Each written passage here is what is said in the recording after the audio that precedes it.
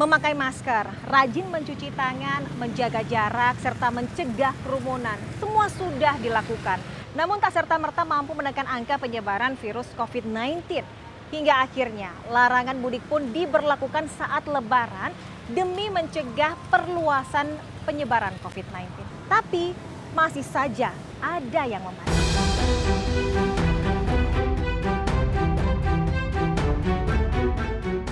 Siapa bisa lupa dengan pengalaman ibadah puasa Ramadan dan Lebaran 2020? Tentu tak ada. Ibadah tahunan wajib dan hari raya umat muslim yang jauh berbeda dari biasanya. Puasa tanpa tarawih di masjid. Lebaran tanpa keluarga di kampung halaman karena dilarang mudik. Pasti kita pun sadar, semua itu ditempuh bersama-sama di tengah situasi pandemi COVID-19. Semua orang jadi wajib membatasi mobilitas diri seperti bepergian ke luar kota dan tidak terkecuali untuk mudik dari ibu kota. Larangan mudik pun diumumkan langsung oleh Presiden Joko Widodo. 2 minggu ke depan, pemerintah masih akan tetap fokus pada larangan mudik dan mengendalikan arus balik. Sejumlah ruas tol yang biasanya macet pemudik jelang Lebaran seperti tol Pejagan kemarin sepi kendaraan. Bandara Soekarno-Hatta juga lengang. Tapi bukan orang Indonesia rasanya kalau ada yang nggak ngeyel. Dalam operasi pengecekan pergerakan warga di perbatasan kota, ada saja warga yang tertangkap basah hendak mudik. Mereka yang naik kendaraan pribadi diminta putar balik di pintu tol Cikarang atau Bitung untuk masuk lagi ke kawasan ibu kota. Ada juga yang diam-diam sembunyi, nekat mudik naik kapal. Nah, untuk mobil travel, petugas bahkan tidak segan-segan mengembiskan ban supaya mobil tidak melanjutkan perjalanan. Sementara dengan dalih Banten dekat dengan ibu kota, warga Banten pun tetap mudik, naik kereta listrik jurusan Tanah Abang Rangkas Bitung.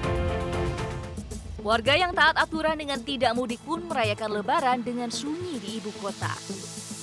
Salat Id tidak boleh digelar di masjid karena semuanya harus menghindari kerumunan. Rasa rindu kampung halaman pun pasti membuat siapa saja tak ingin mengulang pengalaman seperti ini di masa depan. Tim Liputan iNews melaporkan. Di saat pemerintah sedang berupaya untuk menangani virus corona, ada saja sejumlah orang yang justru berulah. Seperti salah satu personil band Superman is Dead Jering nih, yang menyatakan bahwa Ikatan Dokter Indonesia atau IDI sebagai kacung WHO. Bahkan mereka mengatakan bahwa corona hanyalah sebuah konspirasi. Kok bisa ya?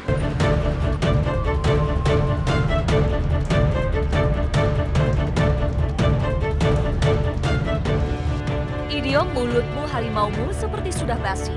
Kini jempolmu harimaumu. Jadi ungkapan yang paling tepat dan harus selalu diingat, terutama untuk warganet. Jeratan hukum karena cuap-cuap di media sosial sudah tak terhitung lagi jumlah kasusnya. Di tengah pandemi global, perhatian warga Indonesia pun tiba-tiba tertuju ke Bali karena sosok Igede Ari Astina alias Jerings yang sangat vokal dalam menyuarakan pendapatnya terkait sistem penanganan pemerintah terhadap COVID-19. Semula, apa yang diutarakan Jerings hanya menjadi bahan perdebatan belaka. Lama-lama, Jerings dituntut secara hukum karena menuliskan komentar yang intinya IDI adalah kacung WHO pada unggahan 13 Juni 2020. Ikatan Dokter Indonesia Provinsi Bali jelas tak terima dan membuat unggahan kalimat itu jadi salah satu barang bukti saat menyeret Jerings ke polisi. Jerings jadi tersangka pada 12 Agustus 2020 dengan pasal pencemaran nama baik, sebuah pasal karet yang kerap digunakan untuk menjerat kebebasan berekspresi di media sosial. Pesan saya kepada semua media adalah semoga tidak ada lagi ibu-ibu yang bersalin, yang melahirkan sampai kehilangan bayinya atau calon anaknya hanya gara-gara prosedur rapid test. Karena hal itulah yang membuat saya sampai protes kepada IDI kemarin. Dan ya Saya sekarang di sel, tidak apa-apa. Yang penting tidak ada lagi ibu-ibu yang harus kehilangan bayinya. Meski dalam jeratan hukum karena sikap kontranya terhadap sistem penanganan COVID-19, Jerings tidak mengubah sikapnya. Ia bersikeras meminta semua persidangan digelar tatap muka. Akhirnya permintaannya dikabulkan. Sidang selalu berjalan offline. Dan 19 November lalu, Jerings divonis 1 tahun 2 bulan penjara dengan denda 10 juta rupiah. Vonis ini jauh lebih rendah dibanding tuntutan yang diajukan, yaitu 3 tahun penjara. Dari rutan Mapolda Bali, Jerings pun dipindah ke Lapas Gerobokan. Tim Liputan iNews melaporkan.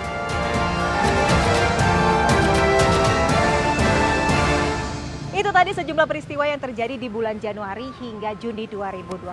Lalu apa saja sih peristiwa sensasional yang terjadi di bulan Juli hingga Desember 2020? Saksikan Trending 2020 besok 31 Desember pukul 11.30 waktu Indonesia Barat hanya di MNC TV.